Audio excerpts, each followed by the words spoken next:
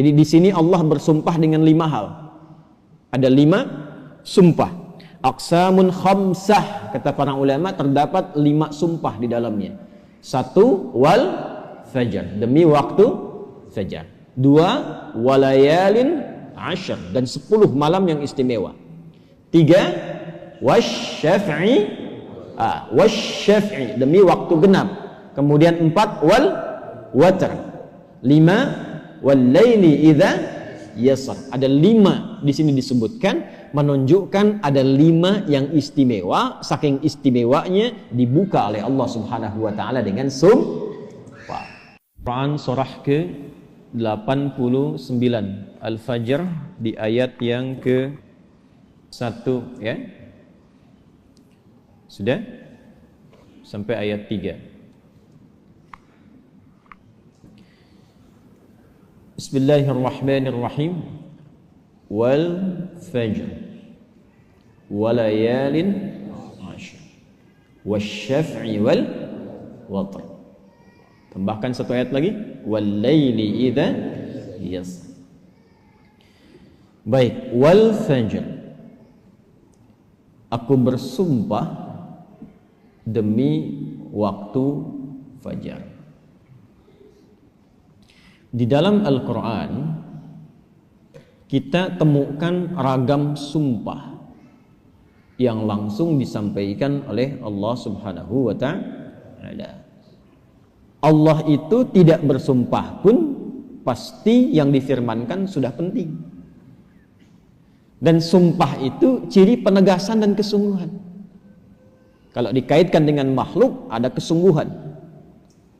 Makanya kalau Anda ingin menguatkan sebuah pesan dan menunjukkan Anda serius, pakai sumpah ya.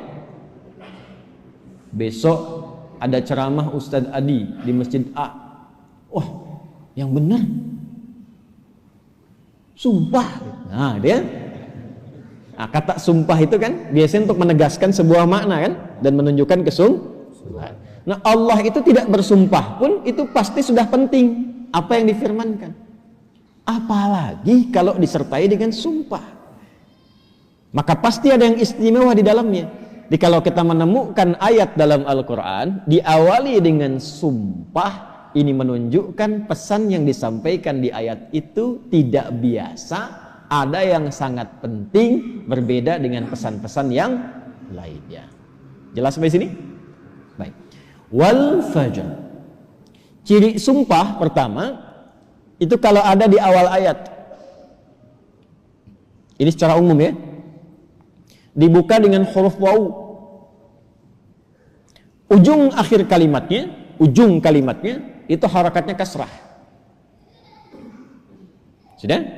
Misal, waw ketemu satu kalimat ujungnya kasrah. Wal fajri wal laili wasyamsi wadduha. Jadi setelah waw ada kalimat ujungnya kasrah. Nah, itu diartikan wawunya sumpah. Qasam namanya, wawil qasam. Kalau sudah dibuka dengan seperti ini, artinya informasi yang disampaikan setelah huruf waw itu penting, tidak biasa. Wal fajr, aku bersumpah demi waktu fajar. Ada beberapa pendapat dari kalangan ulama tentang fajar yang dimaksudkan di ayat ini. Jadi di sini Allah bersumpah dengan 5 hal. Ada 5 sumpah. Aqsamun khamsah, kata para ulama, terdapat 5 sumpah di dalamnya. 1 wal fajar, demi waktu fajar. 2 walayalin ashar, dan 10 malam yang istimewa. 3 wasyaf'i, demi waktu genap. Kemudian 4 wal watr. 5 wal laili idza yasar. Ada 5 di sini disebutkan, menunjukkan ada 5 yang istimewa. Saking istimewanya dibuka oleh Allah Subhanahu wa taala dengan sumpah. Baik. 1 fajar. Secara cepat saja. Para ulama setidaknya menyebutkan secara umum ada 2 pemaknaan di kata fajar di sini. Yang pertama yang dimaksudkan setiap waktu fajar. Itu penting. Setiap waktu fajar, dalam setiap hari.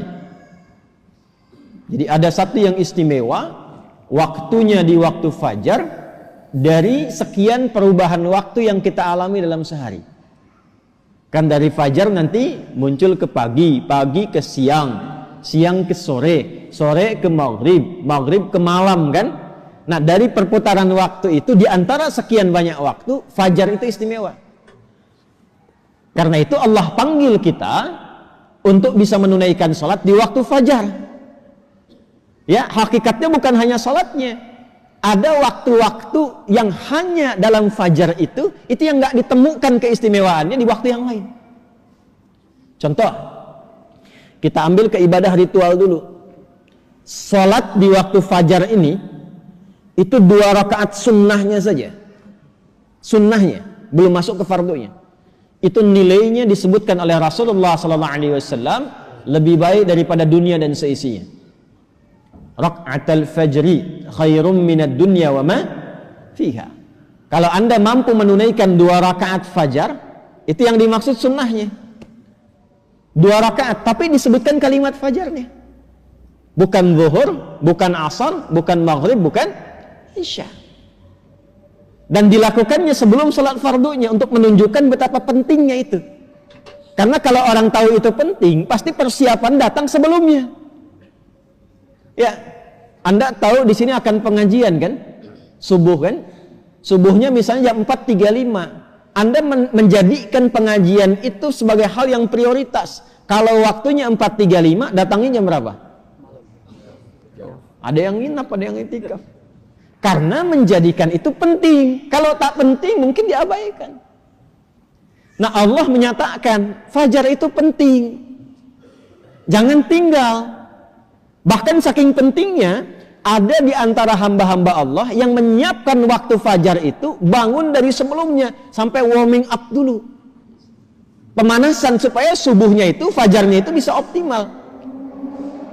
Bangun dari malam Pak. Ada yang menjelang fajar itu membiasakan hatinya supaya khusyuk. Sehingga saat sholat di waktu fajar sudah terkoneksi kepada Allah dengan baik. Cara menyiapkannya dengan istighfar. Waktu singkat menjelang fajar itu disebut sahar namanya. Jamaknya disebut ashar. Ada orang-orang yang kalau sudah tiba waktu ini, dia banyak istighfar, istighfar, istighfar, istighfar. Supaya hatinya lapang saat fajar tiba, terkoneksi sempurna kepada Allah. Sempurna. Nyambung. Itu ada di Quran surah ke-51 ayat 18. Wabil ashari hum yastaghfirun. Kalau ingin dikuatkan kesabaran, ingin diberikan rizki, sehingga bisa sering infak, ya.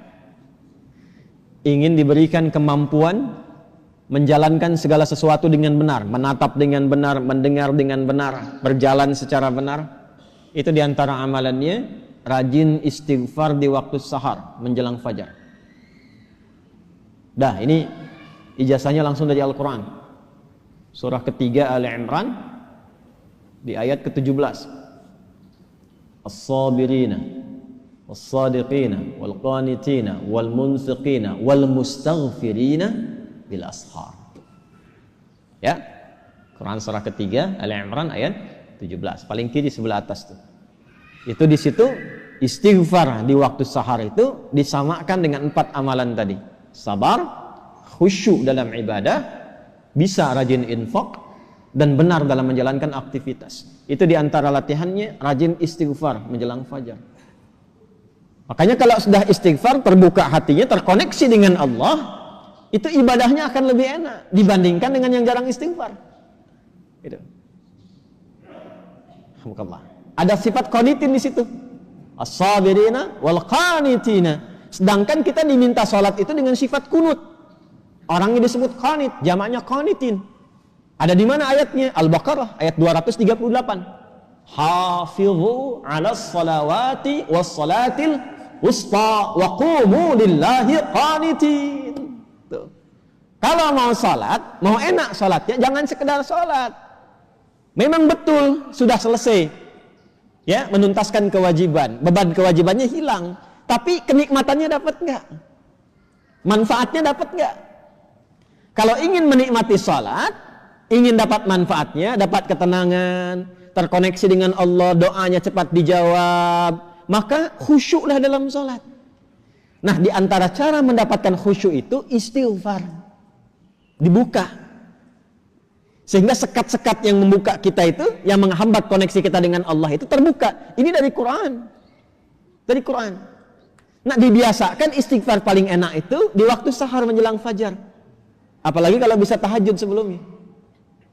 Kalau bisa tahajud, ya, tahajud, kemudian istighfar, terbuka hati, rajin memberi di situ, itu disebut langsung oleh Quran kalau dia bertahan dengan itu sampai wafat, itu disebut sebagai calon penghuni taman surga yang sedang beraktivitas di bumi.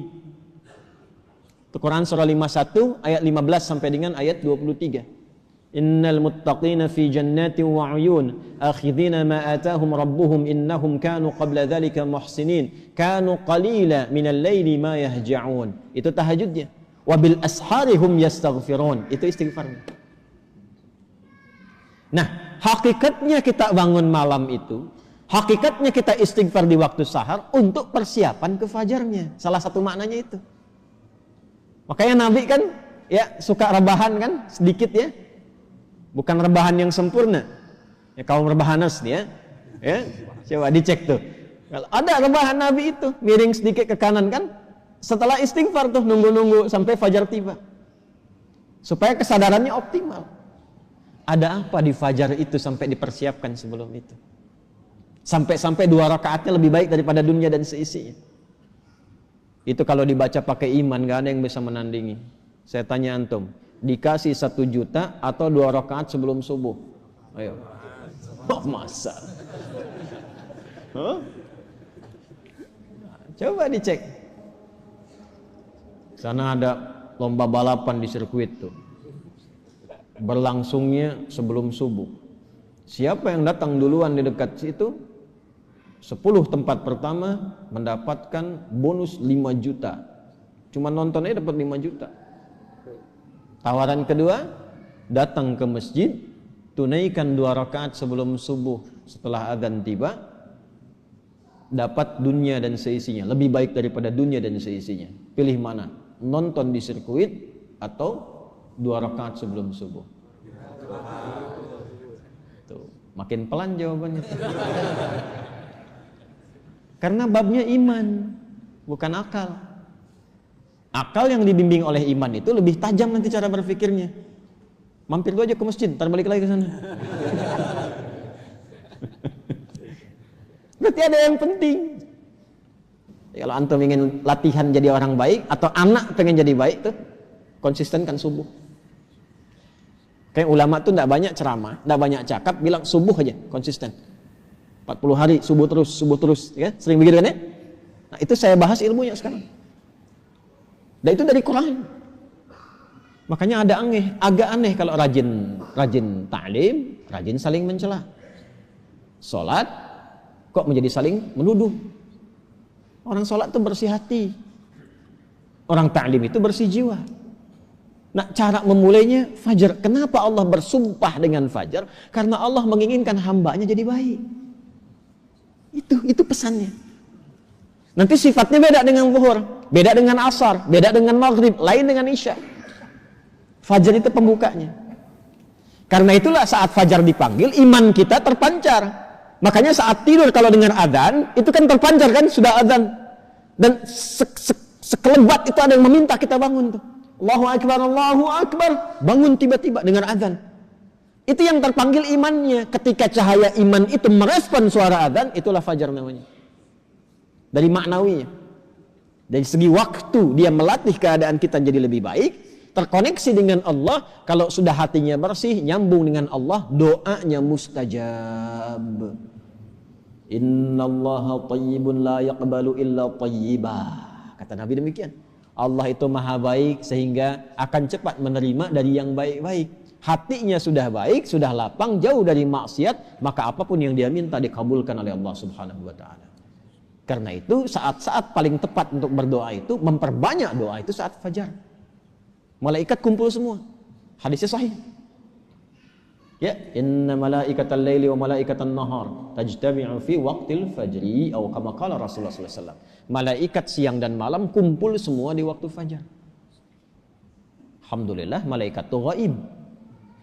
Kalau tampak tak jadi kita ke masjid. Sayapnya banyak tuh. Siapa? Israel. Balik lagi. Kumpul semua. Nah kalau sudah kumpul malaikat itu banyak berkahnya. Berkah itu ziyadatul khair, bertambah kebaikan. Kalau doa diaminkan. Kalau istighfar dimohonkan ampunan kepada Allah. Berkah lagi kalau subuh jamaah pengajian, berkah.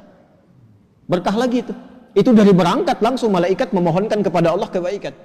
Hadisnya viral sahih. Di Ibnu Majah itu. Ya, dari Abu Darda radhiyallahu ta'ala anhu. Qala Rasulullah sallallahu alaihi wasallam, "Man salaka tariqan yaltamisu fihi 'ilma sahhala lahu tariqan ila al-jannah, wa innal malaikata la tadau ajdihataha ridan li talibil ilmi." Orang mau berangkat menuntut ilmu, itu malaikat membentangkan sayap memohonkan kepada Allah ridha untuk orang itu. Berangkat dia ke masjid pas di waktu fajar, banyak sekali. Makanya kalau bapak ibu ke masjid waktu subuh nggak doa, rugi itu.